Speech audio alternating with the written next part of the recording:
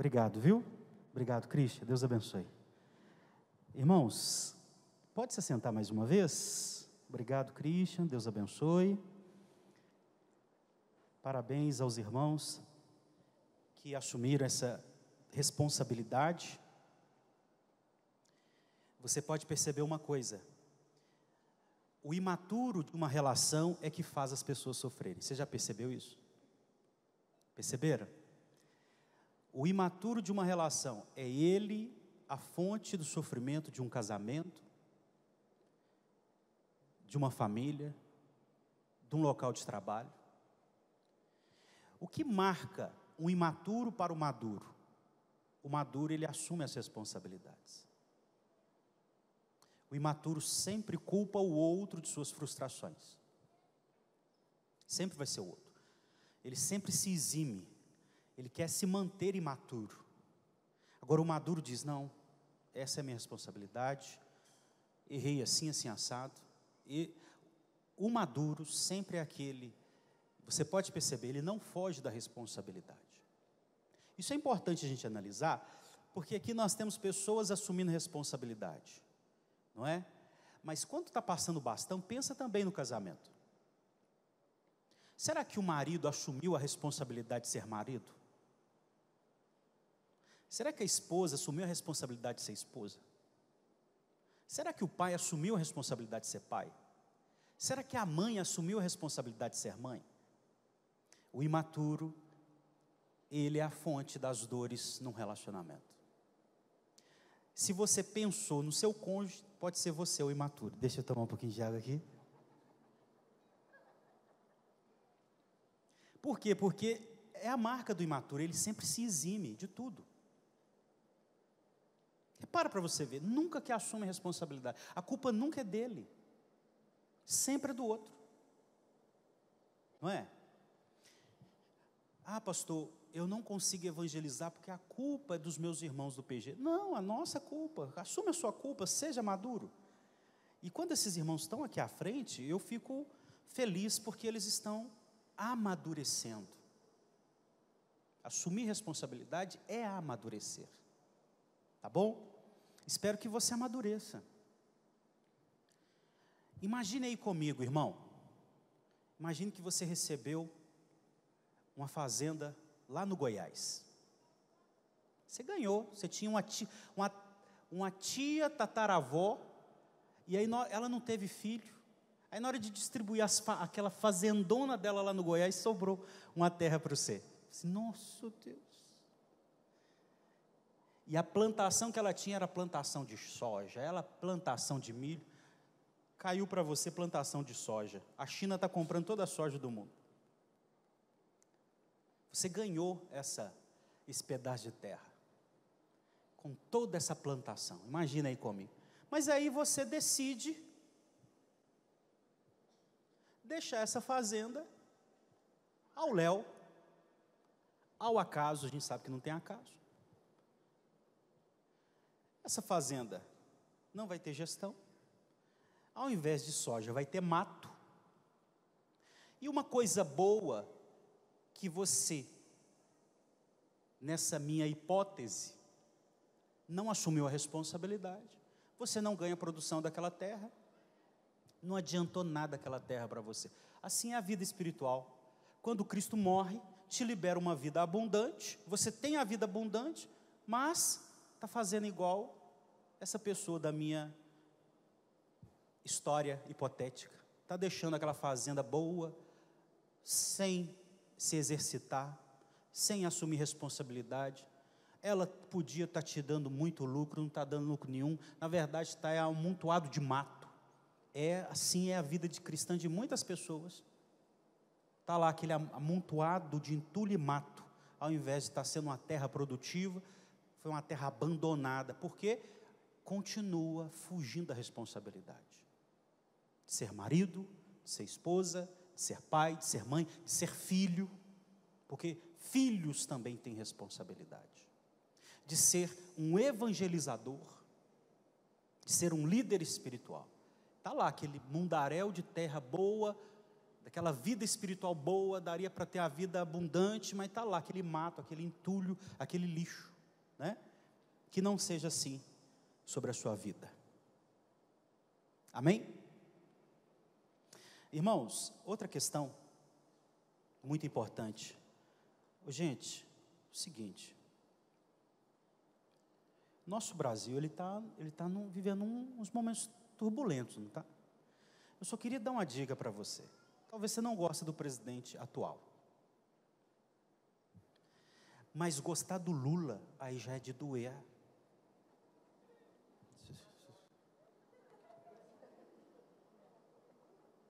Faz sentido. Pastor, o presidente fala isso, fala aquilo outro. Fazer o quê? Mas aí já não dá, irmão. Eu não ia ficar calado com esse negócio, não. Tá bom? Ele já deixou claro, ele mandou o recado. Quando ele assumir, se ele assumir a presidência, a raiva que ele está dos padres e dos pastores, ele vai descontar tudo. Fazer o quê? A gente está aí para isso mesmo, né? Mas não se sente isento, não. Ainda mais você que se chama evangélico, vai correr para o seu lado também. Só para ficar o aviso.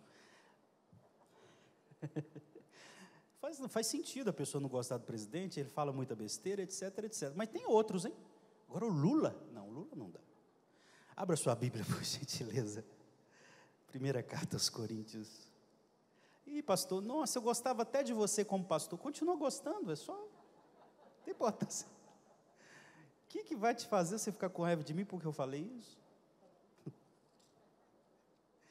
Primeira carta aos Coríntios 14. Ai, ai. 22 em diante. Fiquemos de pé.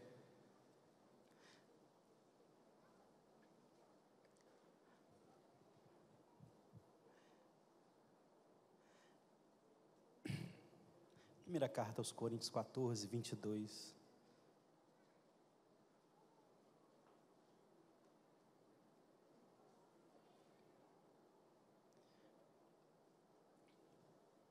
Eu sugiro, a gente vai até avisar nos grupos, é bem provável que dia 7 de setembro a gente vai estar orando, porque vai ter grandes manifestações no Brasil. Acho que a gente não está aí, a gente não está em outro planeta e nem em outro país, a gente está no Brasil, né? Vai ter muita manifestação. Eu acho que nós deveríamos nos encontrar em oração nesse dia.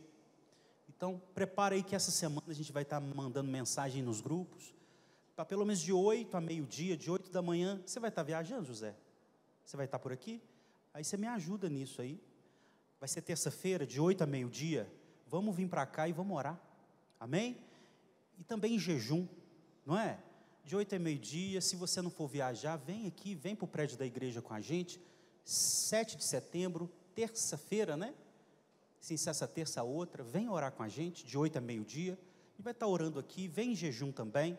Não é? Tem muita coisa acontecendo, sabe, irmão? A gente não pode ficar com os olhos fechados em tudo que está acontecendo, não. Primeira carta aos Coríntios 14, 22. Podemos ler? Amém? Está escrito: portanto, as línguas constituem um sinal para os que não creem. Mas, para os que creem, a profecia, no entanto, não é para os que não creem, e sim para os que creem. 23. Assim, se toda a igreja se reunir no mesmo lugar, e todos se puserem a falar em línguas, no caso de entrarem pessoas não instruídas, ou não crentes, será que não vão dizer que vocês estão loucos? 1 Coríntios 14, 24. Porém, se todos profetizarem, e então ali um não crente ou um não instruído entrar, ele será convencido por todos e julgado por todos. 25. Os segredos que ele tem no coração se tornarão manifestos, e assim, prostrando-se com o rosto em terra, adorará a Deus, testemunhando que Deus está, de fato, no meio de vocês. Até aqui. Senhor, muito obrigado. Eu estou aqui neste culto. Nós ansiamos pela manifestação da sua presença. Eu sei que desde o primeiro minuto, na hora que a Ana Paula deu abertura a este culto, o Senhor, na sua bênção, sua graça, sua misericórdia e compaixão, o Senhor se faz presente entre nós. E, ó Deus, nós pedimos, continue com sua manifestação, por essa minha pregação, manifesta com profecia e manifesta com palavras de conhecimento. Aqui está a direção do seu povo, que é a Bíblia. É por isso que minha pregação tem que estar na Bíblia, para ser direção para o povo, para o seu povo, suas ovelhas, seus filhos, quem o Senhor tanto ama. Por isso envia seu Filho para morrer por nós. Enviou o seu Filho. Jesus, tem liberdade, pelo Espírito Santo, de se manifestar também com línguas estranhas aqui no nosso meio, e com a profecia, com a interpretação dessas línguas. Sim, Jesus, com discernimento de espírito. Pessoas aqui saiam curadas pelo mistério, pessoas daqui saiam libertas. E se alguém entrou aqui oprimido por algum espírito imundo, saia daqui liberto, e que esse espírito seja expulso dessa vida, em nome de Jesus. Nós, ó Deus, nós exercemos nossa autoridade espiritual contra o reino das trevas, contra a ação de demônios na vida de pessoas. Assim oramos, amém e amém. Pode se sentar, irmão.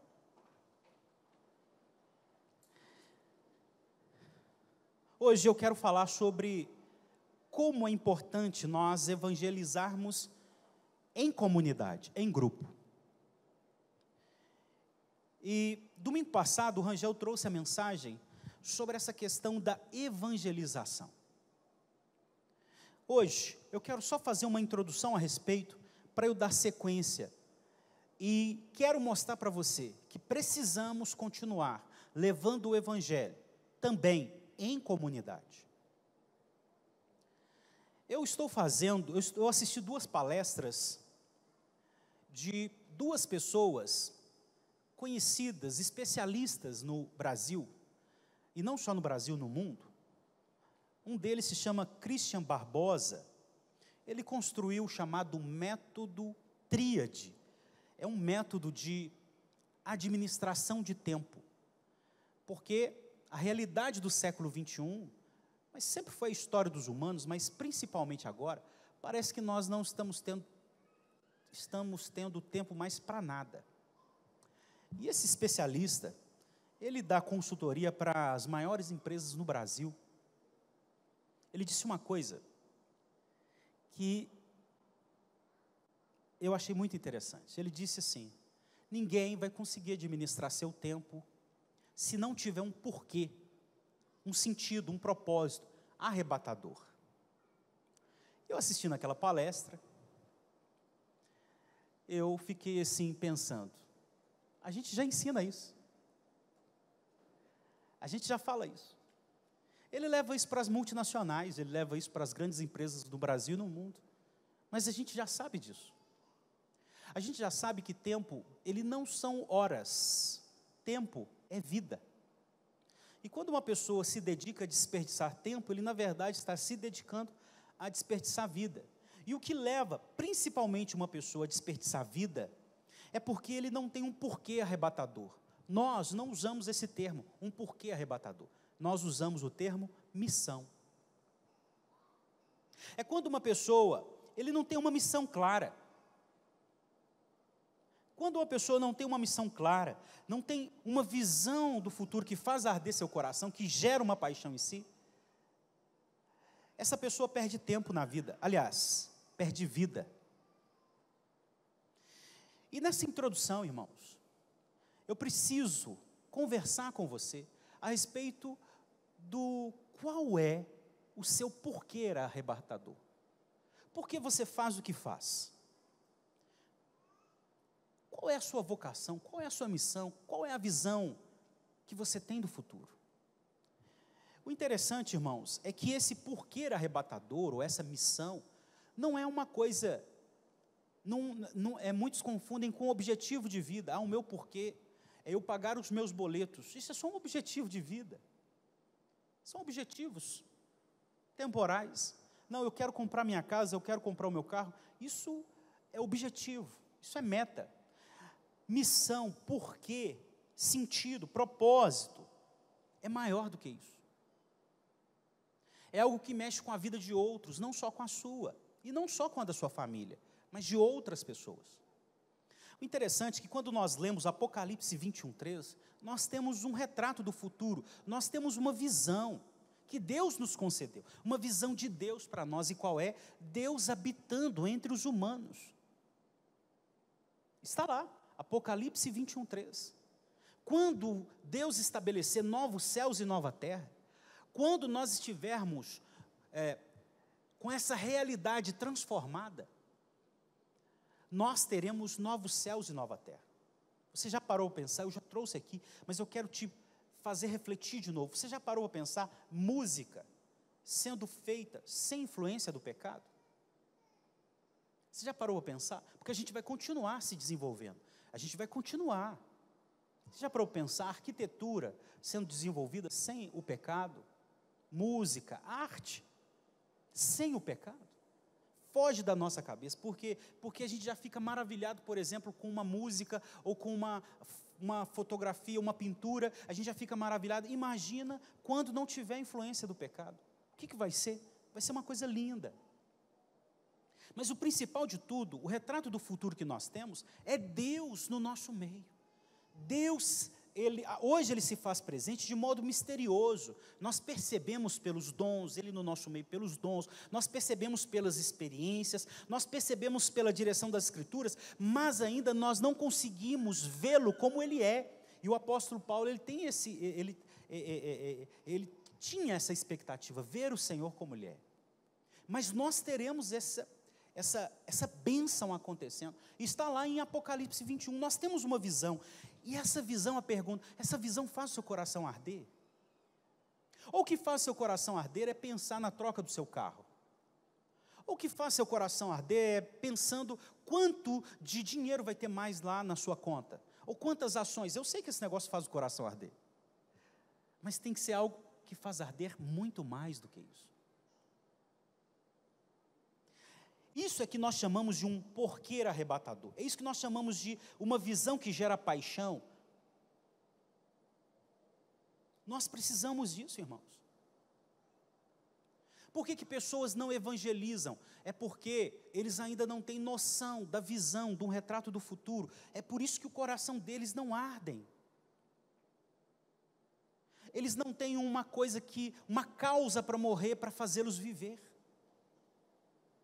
Repara para você ver, os homens que marcaram a história dos humanos, eles tinham uma causa para morrer, por isso eles viviam. Pergunta para a pessoa que está do seu lado aí, isso é mais uma questão retórica, você tem uma causa para morrer que te faz viver? Vai de novo, o pessoal está tímido, você tem uma causa para morrer que te faz viver?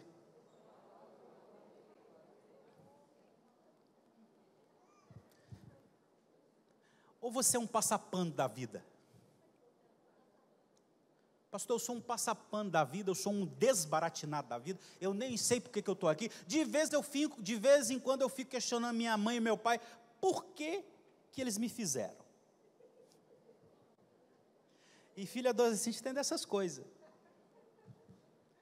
Eu já tenho um de 21, um de 16, e vai ter mais duas que vai chegar. E eu sei que de vez em quando eles ficam, eu não pedi para nascer. E está vivendo essa vida assim, essa vida de mentalidade adolescente. Eu não pedi para nascer, eu estou aqui porque eu nem sei porquê. Então, você na verdade está aqui sendo um passapano na vida. Que pena. Você está igual a ilustração dessa pessoa que ganhou uma belo de um terreno lá no Goiás, ou lá no Mato Grosso, né? E está deixando a terra improdutiva. Daqui a pouco vai aparecer um sem terra lá para pegar essa terra de você. Os sem terras espirituais. Você conhece os sem terras espirituais que invadem a terra dos outros, a vida dos outros? São os gerentes, são os patrões. Ué, se você não sabe o que você quer fazer com o seu tempo, deixa comigo que eu sei o que você vai fazer com a sua vida. Vamos fazer hora extra? Uai, se você está aqui nesse mundo sem saber o que fazer, deixa comigo, eu te atolo você de hora extra. Deixa comigo que eu sei, se você não sabe o que você faz com a sua vida, eu sei o que você faz com a sua vida. É os sem terras espirituais. É os patrões, gerentes. ou um rapazinho galanteador, ou uma mocinha galanteadora, ela sabe o que você vai fazer com a sua vida, se você não sabe. Então tem muita gente que está assim, um passa-pano da vida, não sabe o que fazer da vida, está aí. A questão, irmãos, é que quando a gente vive essa vida, é uma vida ruim de ser vivida. Jesus, ele estava evangelizando uma mulher, essa mulher vai lá para a comunidade dela, a mulher samaritana. Quando os discípulos estão ali conversando com Jesus, pensando que alguém tinha dado comida para ele, por quê? Porque eles foram buscar comida, quando eles chegam, Jesus não está querendo comer. O que Jesus fala? João 4,34. Ele fala que a comida dele é uma comida que era para obedecer a Deus, cumprir a obra que Deus lhe havia confiado. Jesus não desperdiçava tempo. Jesus sabia muito bem qual era o propósito dele estar em carne, ou se fazer humano entre nós. Ele não era um passatempo da vida, e não havia sem terra espiritual que iria roubar o tempo dele. Ele sabia muito bem para que ele servia, qual era a missão dele. Ele tinha uma visão que fazia o coração dele arder, a ponto de lhe tirar a fome. Tem gente que está passando nessa vida só por passar. Irmãos, qual é a nossa missão? A nossa missão é glorificar Jesus Cristo. E aonde tiver uma pessoa que não glorifica Jesus, nós devemos levar Jesus para essas pessoas. Essa é a nossa missão. Se alguém te perguntar, talvez você está pagando 1.400 conto para um coach te fazer você descobrir sua missão. Não precisa pagar 1.400 conto, não, é. Pega essa palavra para você, está aí. Agora aumentou, né? Está 2.500. O sujeito não devolve o dízimo, mas paga 2.500 para um coach. Deixa eu tomar mais um pouco de água aqui.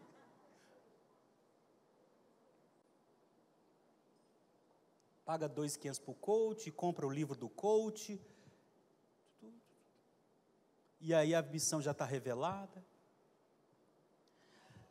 A nossa vida é para glorificar aquele que nos deu a vida. Em tudo que somos e fazemos. E nós devemos levar a todas as pessoas, aonde se encontrar uma pessoa, uma família, um distrito, uma comunidade, um sítio, uma fazenda, uma cidade, um estado, uma nação, que não presta culto a Deus, que não glorifica a Deus, não presta culto a Deus, lá vai estar você. Os vocacionados vão estar em outras nações, de missão transcultural. Agora, você vai estar lá na sua fábrica, na sua banca, na sua família, com seus filhos. A gente já pregou domingo passado. É nossa responsabilidade a evangelização dos nossos filhos. Os nossos filhos precisam entender que Jesus veio em carne, morreu e ressuscitou. Quem vai iluminar a mente deles é o Espírito Santo, mas o instrumento para falar essa mensagem é você, papai, mamãe, vovó, vovô, titio. Essa é a nossa tarefa. Deveria ser isso que nos tirasse a fome. Muitas pessoas perdem a fome com medo de serem ridicularizados, expostos, abandonados, traídos. Mas o que tirou a fome de Jesus não foi isso. O que tirou a fome de Jesus foi a missão. Isso tirou a fome de Jesus. É a missão. É a boa nova do reino dele ser levado a pessoas que estão perdidas. Perdidas. Ei, irmão, preste atenção numa coisa. Preste atenção numa coisa. Se você for de Cristo de verdade, e eu creio que você é, não ache que Deus vai olhar para a sua indiferença indiferente. Toma cuidado. Guarda isso no seu coração. Se você for um cristão de verdade, não pense que Deus vai olhar sua indiferença com indiferença. Ele vai te provocar. Ele vai te atrair. Ele vai te despertar. Primeiro, Ele leva os profetas para falar com você. Depois, vem outras questões que você já sabe que eu não preciso falar. Não ache que Deus vai ficar indiferente com a sua indiferença.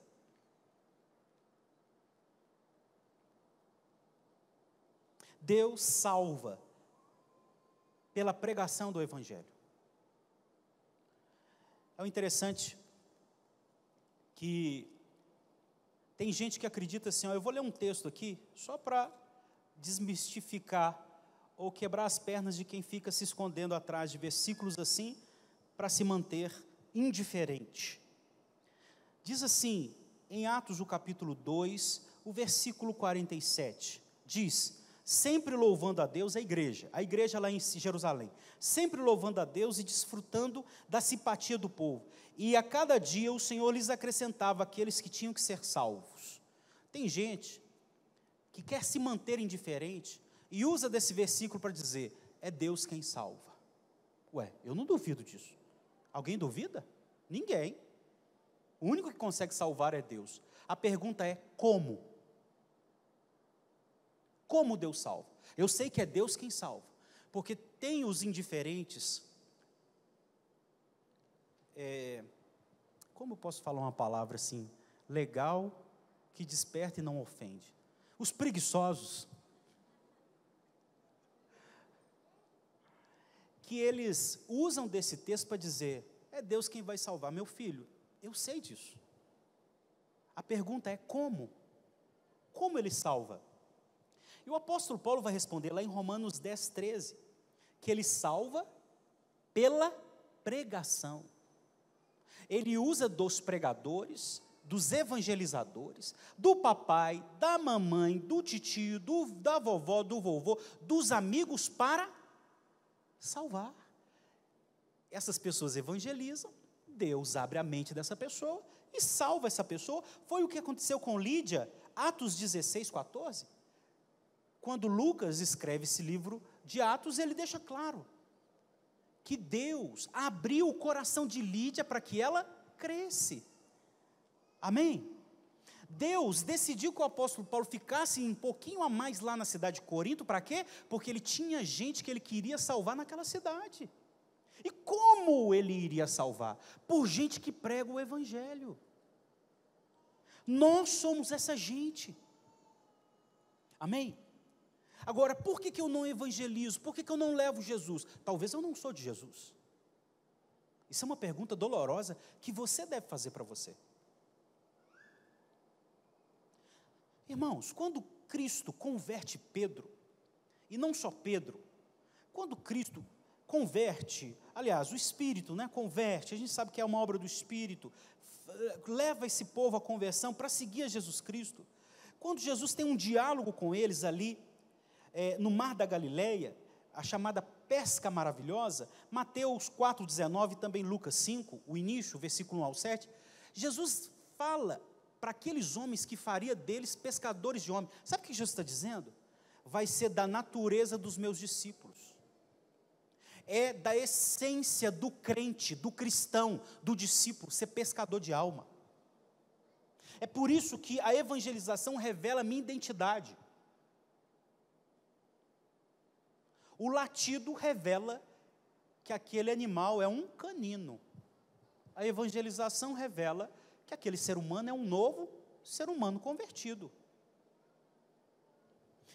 Você precisa fazer uma pergunta para você: eu sou convertido mesmo?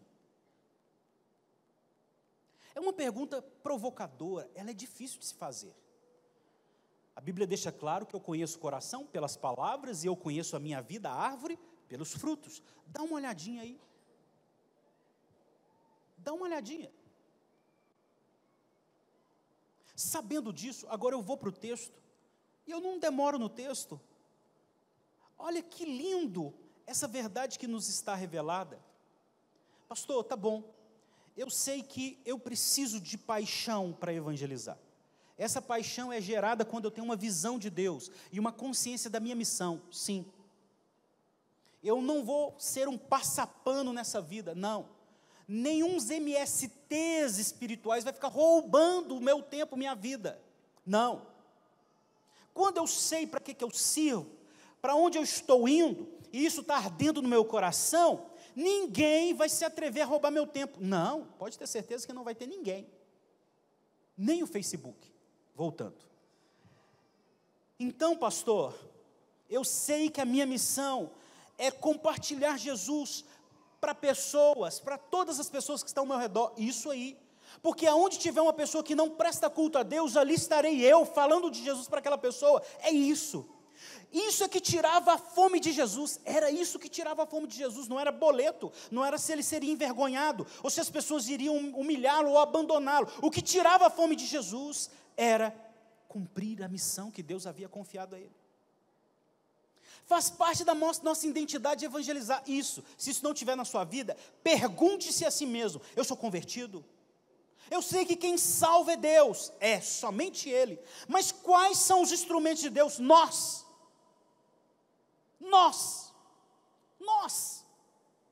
Porque é fácil falar que Deus salva. Eu quero saber como Deus salva.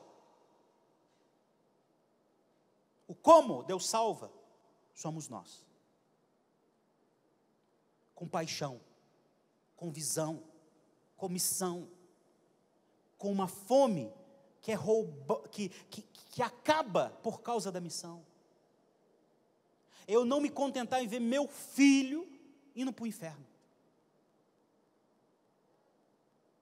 E se as palavras para ele já não, as minhas, por inúmeros motivos já não servem, os meus joelhos continuam dobrados. Porque nós sabemos como estamos evangelizando, é pela nossa agenda, o nosso bolso e os nossos joelhos. Quer saber se você está evangelizando? Dá uma olhada na sua agenda. Quando você varrer ela, não tem um momento de falar de Jesus, não está evangelizando. Sabe qual que é o outro modo de saber se você está evangelizando? Pelo bolso. Se não tem dinheiro empenhado para evangelizar, você não está evangelizando. E se você quer saber se você está evangelizando, é pelos joelhos. Porque a evangelização sempre começa, continua e se conclui pelos joelhos. Se os filhos não estão mais nos ouvindo, eles podem não nos ouvir as palavras, mas eles não podem impedir que os nossos joelhos estejam dobrados, clamando por eles. Glória a Deus! Se os seus joelhos não têm calos, eu estou usando uma linguagem de figura aqui, é porque você não está evangelizando. E se não está evangelizando, a pergunta mais difícil que você vai fazer hoje para você é: eu sou convertido? Talvez é a pergunta mais difícil que você vai fazer hoje, para você mesmo.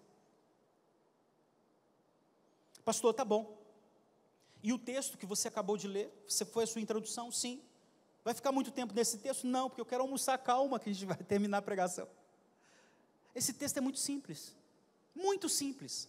Sabe o que é? Paulo está falando a respeito do dom de línguas e do dom de profetizar. Havia muitos dons de línguas lá na comunidade de Corintos. Paulo queria que aumentasse o dom de profecias, ou a manifestação do Espírito pela profecia. Mas ele não estava deixando o dom de línguas de lado, ele queria que administrasse bem a execução desse dom. E aí ele está explicando, quando chega no versículo 22, ele fala que o dom de línguas é um sinal para quem não crê. Por quê? Porque já é chegado o juízo. Você que está aqui comigo, aqui, olha, você é um não crente, você está aqui porque você está visitando. Eu quero dizer uma coisa: quando você vê o dom de línguas perto de você, sendo manifestado perto de você, suas pernas precisam tremer. Por quê, pastor? Porque Deus colocou como sinal do juízo, está chegando o juízo para os não crentes, é quando manifesta o dom de línguas. Se você é um não crente e vê alguém falando em línguas perto de você, que suas pernas tremam, O juízo de Deus está chegando. Você terá que um dia estar diante de Deus. Você vai ter que pagar todos os seus pecados para Deus. Se você estiver em Jesus, Jesus pagou esses pecados para você. Se você não estiver, o lago de fogo será a sua morada eterna. É por isso que nós precisamos de dom de línguas sendo manifestos aqui entre nós, viu, irmãos? É claro que quando nós estivermos com muitas pessoas, esses dons de línguas a gente precisa clamar a interpretação delas. Paulo vai dizer que o dom de profecias é um sinal para o crente. Por quê? Porque edifica o crente. É por isso que a gente precisa de línguas e precisa de profecias, nos pequenos grupos, nos cultos, a gente precisa desses dons manifestos, porque o não crente vai tremer as bases. Se ele souber que é um juízo, ele precisa saber. E o crente vai ser edificado. Mas tem uma outra questão que o dom de profecia faz no coração do não crente. Sabe o que é? O mistério que está lá no coração dele é revelado. Eu me lembro uma vez que eu estava pregando, eu já estou caminhando para o fim, estava pregando lá no outro prédio, culto de quarta-feira. Preguei, quando eu finalizei, eu estou descendo o altar, né, que só tinha um lado que tinha escada. A pessoa que estava sentada do meu lado direito, ela sai rapidinho e me encontra já na escada. E ela fala assim: olha, eu não gostei do que aconteceu aqui hoje. O que aconteceu? Eu acho antiético as pessoas estarem falando da nossa vida para você. Como assim? E aí eu disse assim para essa pessoa: ninguém falou. Pelo contrário, ninguém falou nada da sua vida para mim. Você, na verdade, está tendo uma experiência com o dom de profecia. Foi revelado a você. Estava lá no seu coração e foi trago para fora. É o que Paulo está dizendo aqui. Quando o dom de profecia é bem exercitado, aqueles que não creem, vai ter os segredos do seu coração revelado, ele vai bater o joelho no chão, e o que ele vai falar? Deus está no meio de vós. Glória a Deus. Você que tem o dom de profecia, no PG, administre bem esse dom. As pessoas que ali estão, aqui também, precisam ter uma experiência com Deus através desse dom. Pastor, tá bom, mas o que isso tem a ver com o título da pregação? Como evangelizar em grupo? A primeira coisa que eu preciso entender para eu evangelizar em grupo, eu sabendo que evangelização é minha missão, e evangelizar em grupo é importante, e eu digo que é importante primeiro, porque é em grupo que nós temos a manifestação da presença. Tenham essa consciência todos que aqui estão. Quando o seu PG está reunido, ali temos a expectativa da manifestação de Deus pelos dons, com curas e pelos dons. Ali não é só um encontro de escola, reunião de pais de escola, ali não é reunião de condomínio de prédio, ali é o encontro dos irmãos, onde a presença de Deus se manifesta. Você tem essa consciência, sim ou não? Sim ou não? Se você não tinha, tenha, saia daqui com essa consciência. Segundo, quando a gente evangeliza em grupo, nós temos a presença. Quando a gente evangeliza em grupo, porque é a nossa missão, todos cooperam. Um tem um determinado dom, outro tem um determinado dom, e todos aqueles dons, sendo bem administrados, são aplicados na vida de cada pessoa que ali está. Eu me lembro uma vez que eu estava num PG, esse é bem mais antigo, um PG que eu tinha, bem antigo, olha aqui, preste atenção, me dê sua atenção. E antes da reunião, um casal chegou perto de mim e disse: olha, pastor, nós não temos condições de ser líderes, nós não queremos, etc, etc, etc, porque eu estava treinando aquele casal para ser líder de PG. Eles falaram para mim, só para mim, antes da reunião. Aí fomos para a reunião do PG. Na hora ali, que estava finalizando, um casal visitante virou para esse casal, que a gente estava batendo papo, compartilhado do PG, virou para esse casal e disse assim: eu quero falar para Bertrand e Ciclano, quando vocês estavam falando, o nosso coração ficou ardendo tanto, parecia que vocês tinham uma luz. E eu olhando e falei assim: rapaz, Eles é que não sabem o que eles me falaram antes da reunião. O que foi isso, irmãos? É Deus no nosso meio. Deus usando de casais novos, uma palavra de encorajamento para um casal que não estava querendo. Foi um divisor de águas, foi através daquela fala que eles perceberam, calma lá, não é assim. A gente não está mexendo com o encontro de pessoas, só o encontro, nós estamos envolvidos com a obra de Deus. Cada pessoa coopera nessa evangelização. É por isso que nós estamos evangelizando em grupo, nos PGs. Pastor, como que eu faço, então, para eu estar evangelizando em grupo? Antes de tudo, você precisa estar num grupo. Você precisa estar num PG, você precisa estar numa pequena comunidade, para provar da presença, para usar de tudo que Deus te deu, para aplicar na vida das pessoas. Abandone a espiritualidade secular, individualista. Hoje é farto nos nossos meios, aquela chamada espiritualidade individualista pagã. Não é você e Deus não, viu? É você e Deus e nós e Deus. Quem te enganou? Onde começou a sua queda? Aonde você vê que espiritualidade é individualizada só? A espiritualidade ela é comunitária também. Quem te enganou? Qual buraco você caiu? Irmãos, em grupos, nós temos a presença em grupos, todos cooperam em grupos, os dons são aplicados na vida de todos, em grupo. Pastor, mas então como que eu evangelizo em grupo? Faça como André e faça como Filipe. André chegou perto de Pedro, João 1,42, e disse, encontramos o Messias. Pedro foi ao encontro de Jesus. Sabe o que você pode fazer para evangelizar em grupo? Chega perto dos seus amigos e diga para eles, eu encontrei Jesus. Se esse seu amigo já for uma pessoa que o Espírito Santo já está trabalhando na vida dele, ele vai dizer, eu também quero. E aí ele vai te perguntar, aonde você encontrou Jesus? E você vai dizer, eu encontrei Jesus aonde se encontra Jesus, aonde tem crentes reunidos. Vem comigo, quarta-feira à noite. Vem comigo quinta-feira à noite, vem comigo sábado de manhã, vem comigo sexta-feira à noite. A gente encontra Jesus onde tem crente, porque os crentes em comunidade é o corpo dele. Pedro foi, mas talvez você vai encontrar amigos, parentes, filhos, seja lá quem for que você falar de Jesus, ele vai dizer igual Natanael, você está zoando. Não, você encontrou Jesus, porque Pedro ouviu de André e logo foi, sim ou não? João 1,42, agora, quando Filipe chega perto de Natanael e diz, nós encontramos o Messias, Natanael não fez igual Pedro, Natanael disse, como que é? Ele é de onde? Nazaré, tem coisa boa vindo de Galileia? Ele desdenha,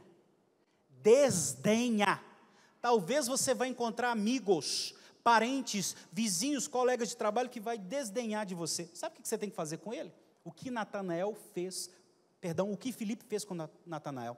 Ele disse assim, vem ver, vem prova, vem fazer um teste. Pastor, como que a gente evangeliza em grupo? Faça como André, faça como Filipe. Convide seus amigos para estarem no encontro do PG e se encontrar com Jesus, com a presença, ser tocado pela presença, ouvir da palavra boa nova no grupo. Mas isso tem que arder em você. Talvez a sua vida já foi tomada pelos MSTs da vida. Mas Jesus liberta. Glória a Deus. Sim, irmãos, nós precisamos fazer como André fez e como Filipe fez. Vem ver, Filipe disse. André disse para Pedro, encontrei Jesus. Se é alguém que o Espírito Santo já está trabalhando na vida dele, ele vai vir. Você também pode servir. Sirva em grupo. Essa é a essência do Evangelho, servir. João capítulo 6, versículos 5 e 6. Jesus mandou Filipe servir a multidão faminta.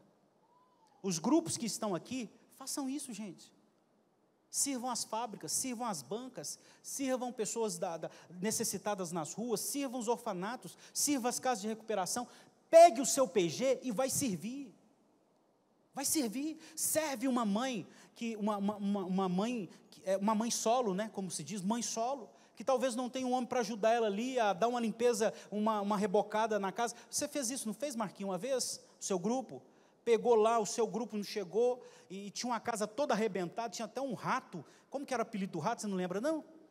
Tinha o rato que o grupo do Marquinhos foi, ficava num sofá, não é? Era uma bitela de uma ratazana na casa de uma pessoa. A pessoa estava tomada, sabe, de desesperança. O que o Marquinhos fez? O Marquinhos foi lá, pegou o grupo dele, deu uma geral naquele barracão daquele homem, limpou e fez. Isso é o que os discípulos fizeram no dia da multiplicação, serviram as pessoas. Pega o seu PG e vai servir as pessoas, evangelize assim. Vai para as fábricas, sirva um café lá numa banca e fala, ó, nós estamos servindo esse café aqui, tá bom? Depois desse café, evangelho.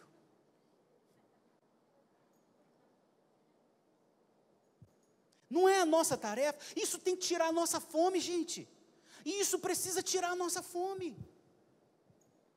Faça isso em grupo. Faça aniversários nos grupos. Ô, gente, tem gente que veio para essa cidade, a família está em outro canto. Eu me lembro, a Josi deu um testemunho, a gente estava num aconselhamento, ela disse uma coisa muito linda. A família dela está na Bahia, ou parte da família, né? Que seu irmão está aqui, Josi? Não, é só você que está aqui? Todos estão lá? A família dela está na Bahia, mas ela tem uma outra família aqui. Quem é essa família? Os irmãos. Tem gente que a família está toda na outra cidade, mas quem sabe você não vai fazer uma festa de aniversário para essa pessoa no seu PG, para ele se sentir amado. Gente, é assim que se evangeliza, é amor, é servindo e sempre falando de Jesus para as pessoas. Faça isso hoje mesmo, comece agora. Finalizo uma coisa, guarde no seu coração. Se você não sabe o que fazer com o seu tempo, com a sua vida, o Facebook vai saber, o TikTok vai saber, o Instagram vai saber, seu patrão vai saber, seu gerente vai saber, um rapaz conquistador vai saber o que fazer com o seu tempo, uma moça conquistadora vai saber o que fazer com o seu tempo. Agora, se você sabe o que fazer com o seu tempo, é porque você é uma pessoa que sabe qual é a sua missão e está focado nela. Fiquemos de pé em nome de Jesus. Aleluia. Equipe de louvor, esteja comigo.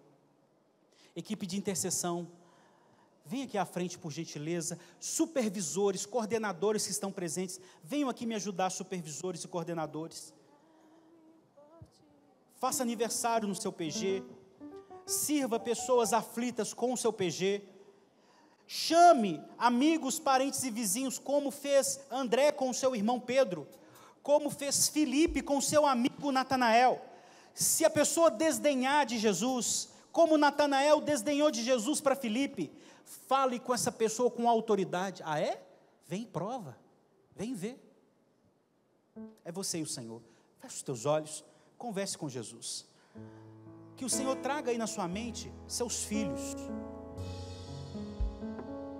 Comece dos seus filhos. Que o Senhor traga aí na sua mente seus familiares, seus amigos, seus colegas de trabalho.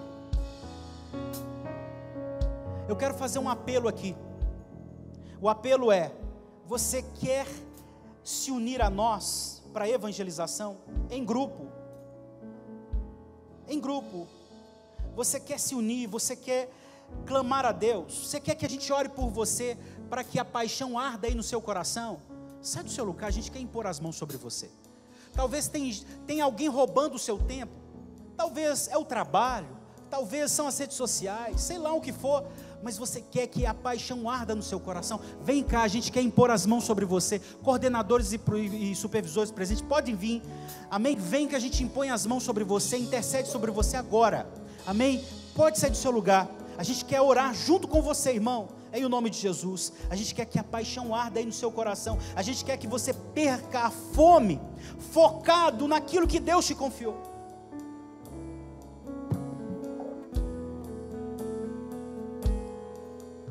As nações esperam por ti, Senhor. Vem cá, pai, vem cá, mãe. Está precisando talvez recomeçar com seus filhos, pai e mãe. Vem cá, esposa, vem cá, marido. Quem sabe está precisando começar com o seu cônjuge. Vem cá, dono de banca, você que tem sua própria empresa. Deus não vai ficar indiferente com a sua indiferença, viu? Fique atento com isso. Deus não permanece indiferença com a sua indiferença. Ele vai te despertar. Primeiro Ele usa um profeta para te despertar, mas de vez em quando Ele usa exílios. Fique atento, irmão. Fique atento. Primeiro Ele manda profetas, depois pode ser que Ele use de exílios. Fique atento. Deus não está indiferente com a sua indiferença. Pelas mãos que feridas tocarão, quero ir por ti. Vem, pai, vem, mãe, a gente quer orar por você. Vem, pai, vem, mãe, vem, filha, vem, filho, a gente quer orar com você. Está na hora que faça arder no seu coração a paixão. Paixão. Que você perca a fome por causa da missão. Que você tenha uma experiência de conversão. Seja batizado no Espírito Santo. Se você não é convertido, que Deus te conceda a conversão.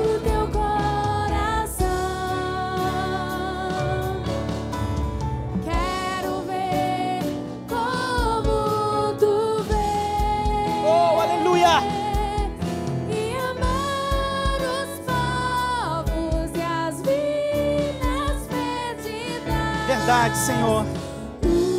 Usa-me, sim, usa-me como instrumento.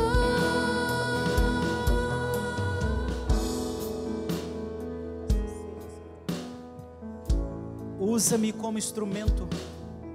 Eu sei que Deus salva, mas como Ele salva? Como?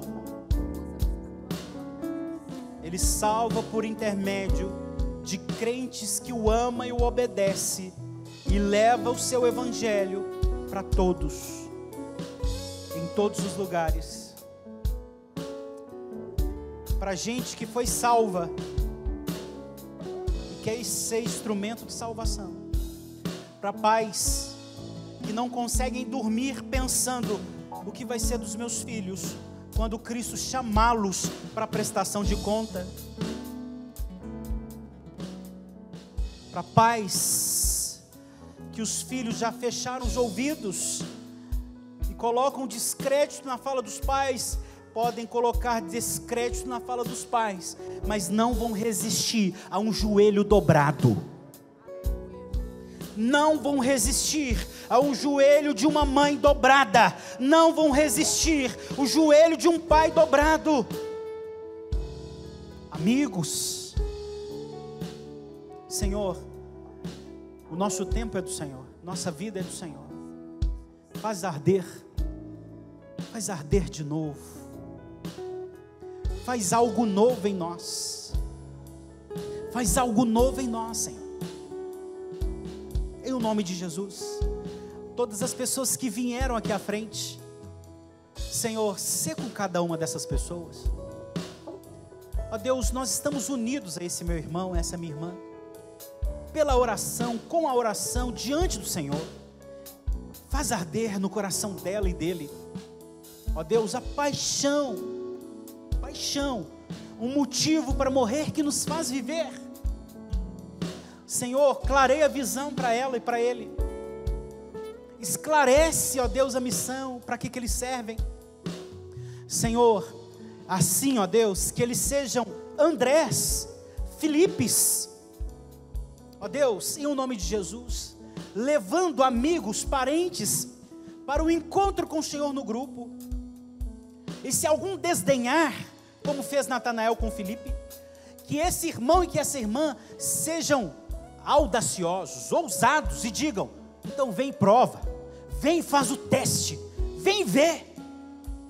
E que, ó Deus, eles sejam impactados como Natanael foi.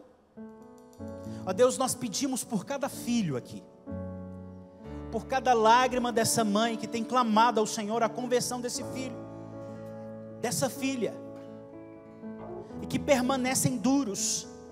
Eu sei, ó Deus, que é o Senhor quem salva, e o Senhor usa dos seus instrumentos. Salva esse filho, salva essa filha, converte esse filho, converte essa filha, meu Senhor.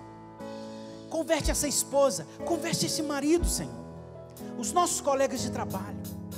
Ó Deus, que os nossos PGs possam servir mãe solo, idosos, idosas, pessoas em aflição. Que nos nossos PGs façam as festas de aniversário para pessoas que não têm família aqui em Nova Serrana.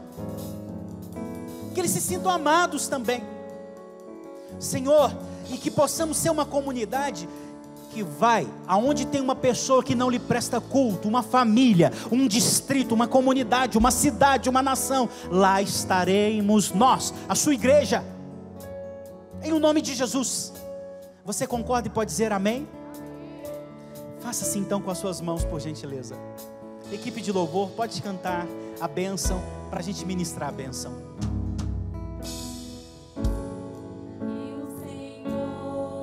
Sim. Sim. E faça brilhar teu rosto em ti, e conceda Que o Senhor te conceda tua graça,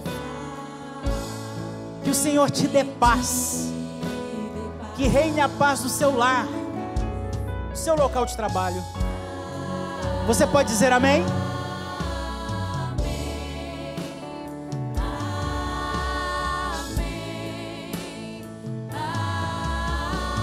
Mais uma vez, amém?